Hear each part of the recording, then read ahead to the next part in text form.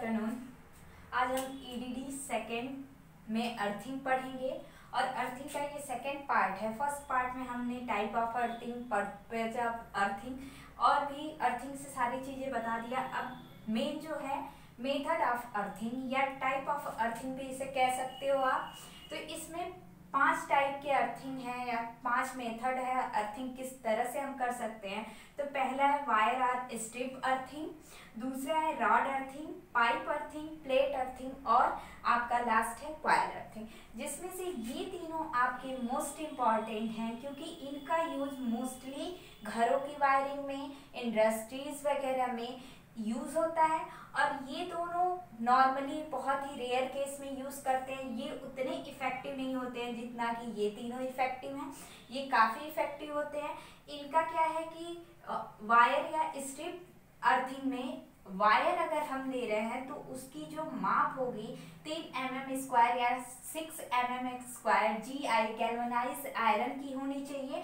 इससे कम की माप हम नहीं ले सकते। अगर हम स्ट्रिप लेंगे, स्ट्रिप मतलब एक इस तरीके का प्लेट समझिए अगर ले रहे हैं तो ये 25 mm गुणे 1.6 mm या 25 mm या गुणे 2 mm से कम नहीं होना चाहिए। इनका यूज वहां पे किया जाता है जहां पे भूमि जो हो पथरीली हो, खुदाई ना की जा सके, वहां पे इसे लगा दिया जाता है नॉर्मली। दूसरा है आपका रॉड अर्थिंग। रॉड अर्थिंग एक 12.5 mm व्यास की कॉपर की रॉड होनी चाहिए या 16 mm व्यास की GI की रॉड होनी चाहिए। इससे कम की रॉड आप नहीं ले सकते हो। कहीं कहीं पे हम 25 mm व्यास की भी GI रॉड यूज कर सकते हैं। और इन सभी रॉड का जो लंबाई होगी, रॉड इस तरीके से होगा आपका, तो इस रॉड की जो लेंथ होगी वो 2.5 मीटर से कम नहीं होनी चाहिए, 2.5 मीटर से कम नहीं होनी चाहिए। और इसका यूज नॉर्मली हैमर जो जिसे हम हथौड़ा बोलते हैं, उस हथौड़े से मार कर हम कहीं पे भी गाड़ सकते हैं। आप नॉर्मली अपने घरों में भी देखते होंगे, एक छड़ लेते हैं आप जमीन में लगाकर, उससे हम क्या करते हैं अर्थिंग का वायर कनेक्ट कर देते हैं और वहां पे नमी बनाए रखते हैं। तो ये जो मेथड है ये मोस्टली बलुई जमीन में यूज होती है। ये तीनों जो है आपके पाइप, प्लेट और कॉइल अर्थिंग का डिटेल में हमें पढ़ना है, विथ डायग्राम पढ़ना है। और इनका यूज हम हर जगह पे करते हैं, चाहे वो इंडस्ट्री हो, घरों का वायरिंग हो या आपके पावर प्लांट का वायरिंग हो। तो हम इस टाइप के अर्थिंग को पढ़ेंगे। तो ये दो तो उतनी इम्पोर्टेंट नहीं है, बट ये तीनों मोस्ट इम्पोर्टेंट है।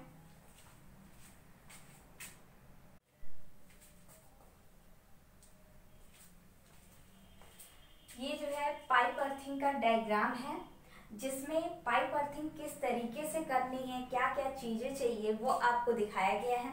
तो सबसे पहले हम क्या करते हैं, गड्ढा खन के उसमें सीमेंट और कंक्रीट के थ्रू एक टैंक बनाते हैं। और उस टैंक में हम क्या करते हैं कि अर्थ वायर को पाइप के थ्रू कनेक्ट करते हैं और ऊपर एक कीप लगा देते हैं, जिससे हम नमक और पानी का घोल हर 15 दिन पर डालते रहें, जिससे हमारा क्या हो कि इस जमीन का नमी बरकरार रहे या बना रहे।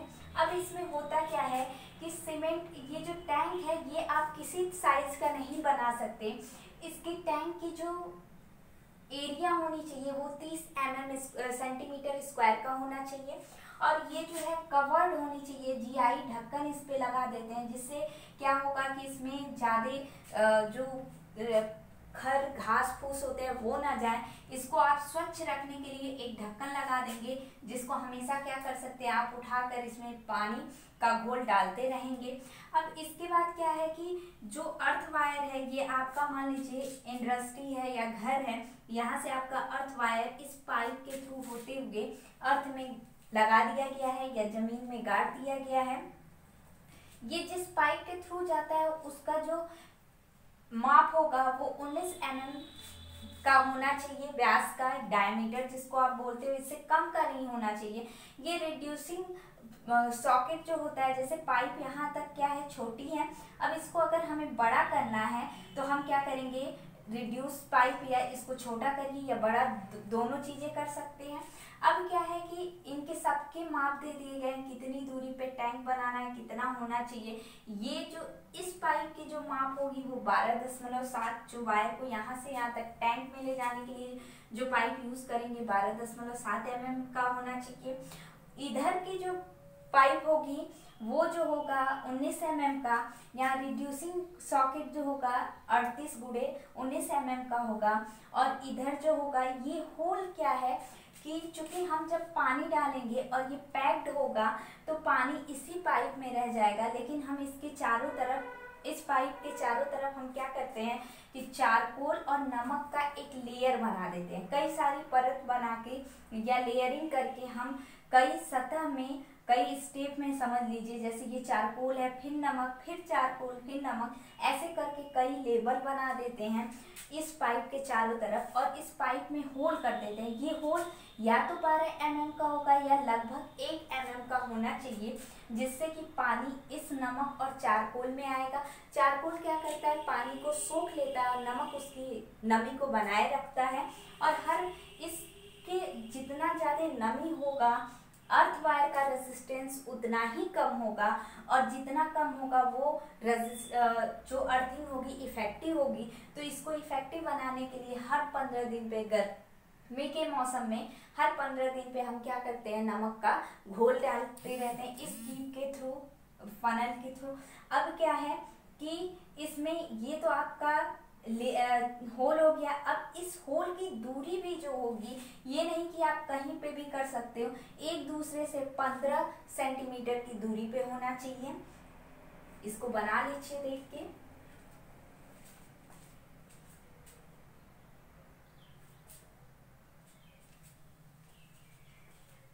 नेक्स्ट है प्लेट अर्थिंग। प्लेट अर्थिंग में सारी चीज़ें वही रहेंगी, बस जहाँ पाइप हमने यूज किया है वहाँ पे हम प्लेट यूज कर लेंगे।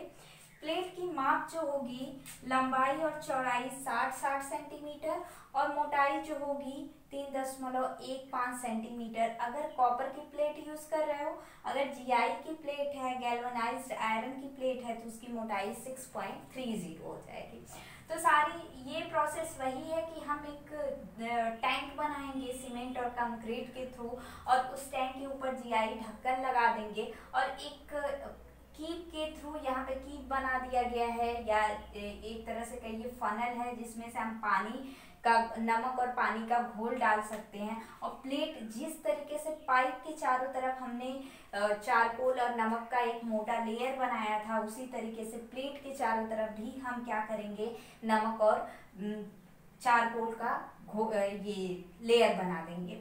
इसके बाद अर्थ वायर यहाँ से भी पाइप के थ्रू होते हुए इस प्लेट पे हम क्या कर देते हैं, ज्वाइंट कर देते हैं। अर्थ वायर को लाकर इस प्लेट से ज्वाइंट कर देते हैं और इस प्लेट को हमेशा नमी युक्त रखते हैं, जिससे इसका रेजिस्टेंस कम से कम रहे।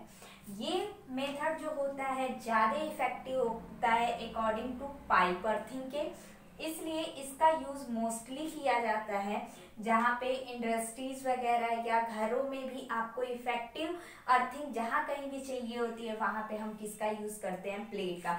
ये बहुत ही इम्पोर्टेंट है, आपके कॉम्पिटिटिव एग्जाम में भी पूछता है कि प्लेट अर्थिंग की माप क्या होती है, स्टैंडर्ड माप क्या होती है अगर कॉपर यूज़ करें या जीआई यूज़ करें।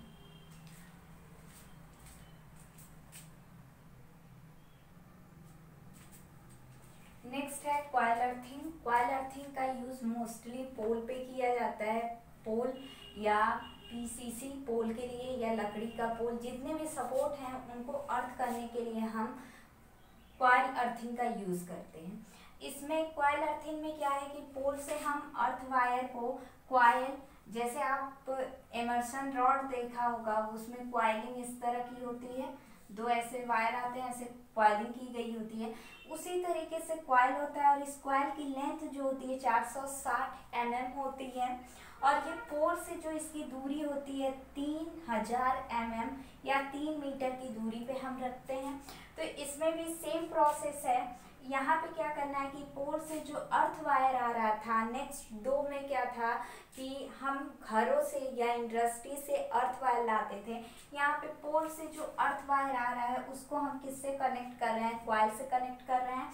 और इस कॉइल के भी चारों तरफ हमने क्या कर दिया है, जो आपका चारकोल और नमक का लेयर लगा दिया जिससे इसके चारों तरफ भी नमी बनी रहे, और इसके बाद इसको फिर से मिट्टी से ढक दिया गया। ये जो है ये जो कॉइल है, कॉइल कितने व्यास का होना चाहिए, वो 50 फाई का है।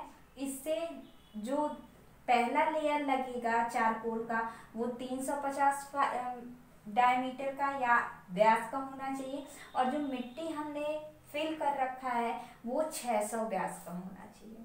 व्यास या दूरी mm की होनी चाहिए। तो ये है आपका कॉइल अर्थिंग। तो इस तरीके से मेथड ऑफ अर्थिंग खत्म हुआ। अब हम पढ़ेंगे कि सिंगल लाइन डायग्राम क्या होता है अर्थिंग का। चूंकि मल्टी लाइन डायग्राम हमें कॉम्प्लिकेटेड हो जाता है हमारे लिए। जैसे अगर वायरिंग ही आप कर रहे हो, एक बल्ब को जलाना होगा तो एक फेस चाहिए होगा और एक न्यूट्रल चाहिए होगा। तो सिंपल एक बल्ब के लिए तो 2 वायर हम दिखा दिए। अगर इसी तरीके से कई सारे बल्ब और फैन होंगे तो यहाँ से इस तरीके से 2-2 वायर, मान लीजिए कि यहीं से जा रहे हैं, एक फेज इसके लिए और एक न्यूट्रल। तो अब आपको यहाँ पे मल्टी लाइन का डायग्राम का मतलब जितने वायर यहाँ से जा रहे हैं सबको दिखाना होता है, और सिंगल लाइन डायग्राम का मतलब कि इस बल्ब पे हमको कितने वायर आ रहे हैं, 2 वायर। तो यहाँ पे एक कट करके 2 लिख देंगे। यहाँ पे कितने वायर, 2 वायर, और यहाँ पे भी 2 वायर। तो अब आप ये सिंपली इजीली समझ सकते हो कि एक बल्ब के लिए 2 वायर, दूसरे बल्ब के लिए भी 2 वायर, फैन के लिए भी 2 वायर। तो ये आपका सिंगल लाइन डायग्राम हो जाता है, और ये आपका मल्टी लाइन डायग्राम। तो समझने के लिए हमें मल्टी लाइन डायग्राम चाहिए होता है, लेकिन दिखाने के लिए अगर आप समझ लेते हो मल्टी लाइन डायग्राम तो आप इजीली सिंगल लाइन डायग्राम बना लोगे, और ये देखने में भी अच्छा लगेगा और कॉम्प्लिकेटेड नहीं होगा। तो अब हम अगला नेक्स्ट जो टॉपिक है वो अर्थिंग का सिंगल लाइन डायग्राम है। जैसे हम अर्थिंग घरों में कर रहे हैं तो किस तरीके से सिंगल लाइन डायग्राम होगा, सब स्टेशन पे या स्विच गियर पे जो अर्थिंग कर रहे हैं उसका सिंगल लाइन डायग्राम कैसा होगा, तो वो देखते हैं।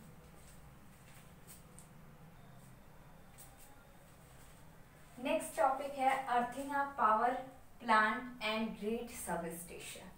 तो इसमें क्या है कि अर्थिंग जो है ये पोल की अर्थिंग की गई है। घरों की अर्थिंग आप प्लेट के थ्रू कर सकते हो, इंडस्ट्री की अर्थिंग अगर मोटर है तो उसके लिए अलग आप प्लेट या पाइप कर सकते हो, फैन के लिए प्लेट और पाइप कर सकते हो, जो कि आप पहले सेशन में पढ़ चुके हैं। प्लेट टाइप अर्थिंग और पाइप टाइप अर्थिंग, ये दोनों मोस्ट इम्पॉर्टेंट हैं। ये जो हमने अभी बताया कि जो कॉइल टाइप की अर्थिंग होती है वो अक्सर पोल पे, लकड़ी का पोल हुआ या पीसीसी पोल हुआ या टावर हुआ, यहाँ पे करते हैं। तो हमें क्या करना होता है, ये सिंगल लाइन डायग्राम, ये जो सर्कल है ये अर्थिंग का सिंबल है और ये भी पोल का सिंबल है। तो ये 2 पोल हैं और ये दोनों पोल कैसे हैं, डबल पोल। डबल पोल का मतलब अगर एक सिंगल लाइन होगी तो ये सिंगल पोल कहा जाएगा। अगर इसी के साथ अटैच ए टाइप में या सिंपली एच टाइप में पोल होगा तो ये डबल पोल हो जाएंगे। तो ये जो पोल है ये डबल पोल है, सब स्टेशन में स्थित है। अब इसके चारों तरफ हमने क्या कर दिया है, अर्थिंग कर दिया है। तो 2 अर्थिंग बैकअप के थ्रू है, जिसे हम किस नाम से जाना है, एक्स्ट्रा अर्थिंग पाइप।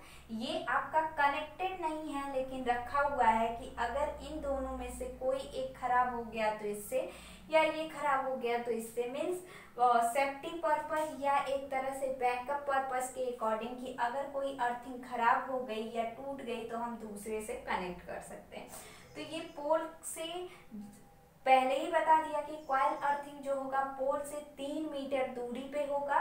तो इस पोल से 3 मीटर, इस पोल से 3 मीटर, यहाँ से इन दोनों के बीच 3-3 मीटर की दूरी पे बना दिया गया है। जो मेन पोल अर्थिंग होगी या पाइप अर्थिंग है उसको ई से, और जो एक्स्ट्रा अर्थिंग पाइप है उसको E1 से डिनोट किया गया। तो इसे एक तरह से आप सिंगल लाइन अर्थिंग डायग्राम भी बोल सकते हो। अगर क्वेश्चन में आ गया single line earthing diagram for substation double pole, substation double pole earthing, तो आप इसे बना सकते हैं।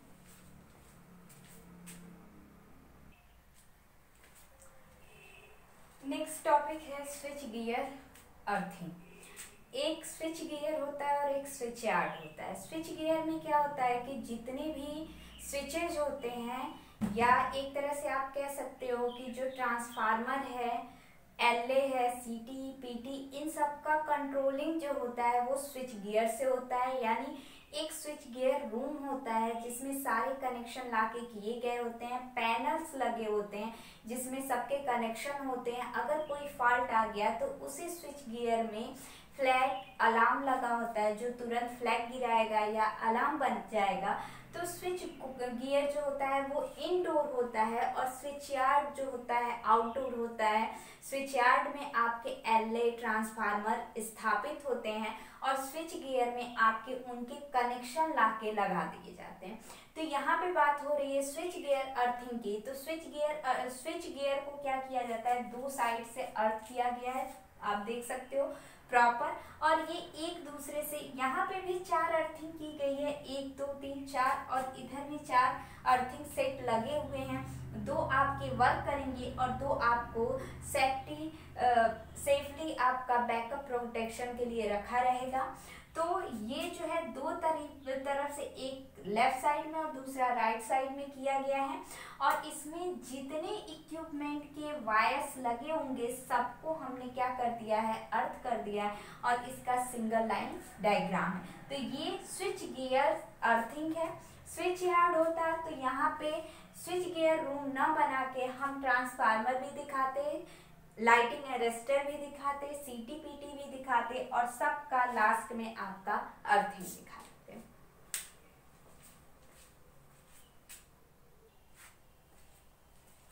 स्विच गियर में जो अर्थिंग मेथड यूज होगा वो या तो पाइप अर्थिंग होगी या स्ट्रिप अर्थिंग होगी।